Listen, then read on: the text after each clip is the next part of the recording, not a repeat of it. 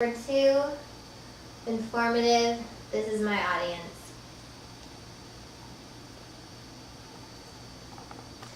Okay, I want you guys to imagine a scene.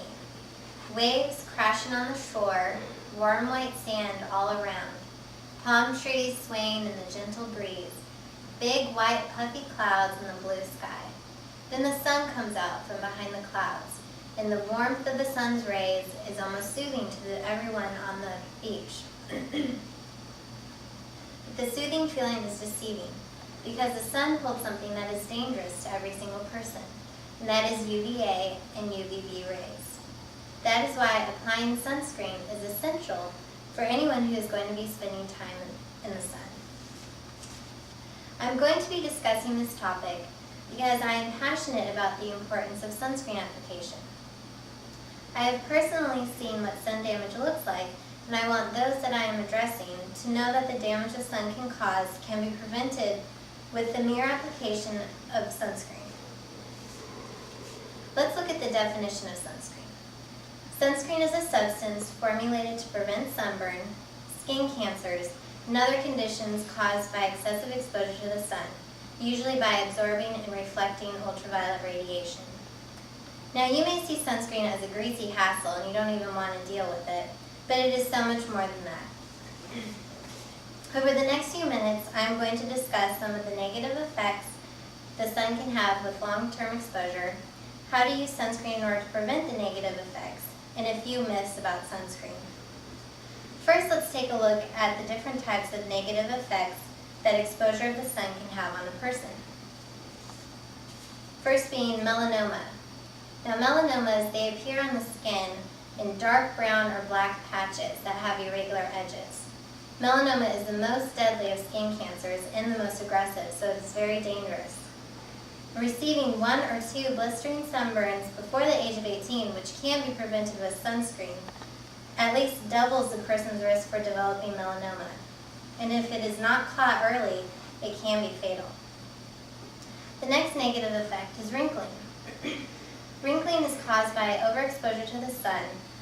It changes the texture and weakens the elastic properties of the skin. The outer layer of skin becomes leathery, hard, and just not very pretty to look at, which results in wrinkles. This third negative effect is the immune system suppression.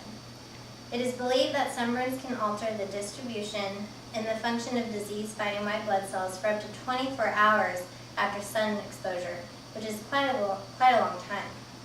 An overexposure to the sun can cause more damage to the immune system, and mild sunburns can suppress the immune functions of the skin where the sunburn occurred. Secondly, let's look at how to use sunscreen in order to prevent the negative effects I just went over. So, when do you apply sunscreen? You want to use sunscreen frequently and liberally.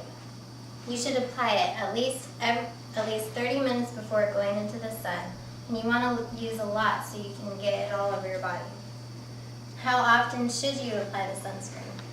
You should apply the sunscreen at least every 2 hours or more if you're going to be getting wet with water or if you're going to be sweating, because the water or the sweat will take the sunscreen off. So what sunscreen should you use? Now, it's hard because there are so many different sunscreens with different SPFs, and it's hard to know which one to use. The main thing is to get a sunscreen that has at least 15 SPF. An easy way to look at what SPF means is in terms of percentages. 15 SPF blocks about 93% of the sun's rays. 30 SPF blocks about 97% of the sun's rays. And 50 SPF blocks about 99% of the sun's rays. So some people may think, oh, those percentages are so close together, it doesn't matter which one I use. But that's not true, because a person who has a history of skin cancer, the 99% makes so much more difference than the 93%. Finally, we will examine a few of the myths that are connected with sunscreen. Now, some think you don't need sunscreen if you're tan. I won't get sunburned because I already have dark skin, it doesn't matter. But that's not true, because those who do have darker skin, yeah, they may not get sunburned, but they have the potential of getting skin cancer, wrinkles, or the immune suppression. The second myth of sunscreen is that you don't have to reapply sunscreen if it's waterproof.